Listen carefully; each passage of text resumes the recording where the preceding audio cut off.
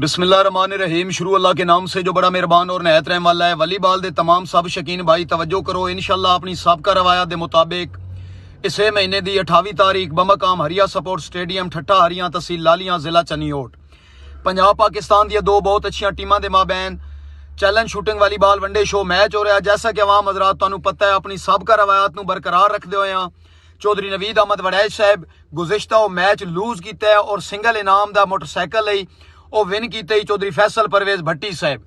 दोबारा वड़ैच साहब भट्टी नू चैलेंज किया है कि अस तेरे जिले के बन जुड़ के आ रहे हैं इंशाल्लाह और तेरी तफ्तीश पूरी करांगे।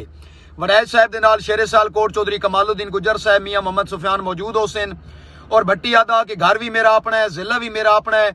साथू तफ्तीश नहीं होंदी लेकिन तुहाडी मेहमान नवाजी जरूर कर सकें। तमाम शौकीनां नू दावत है, आओ इंशाल्लाह तुहानू मैच विखावना इंतजामिया का काम है और साडा काम है।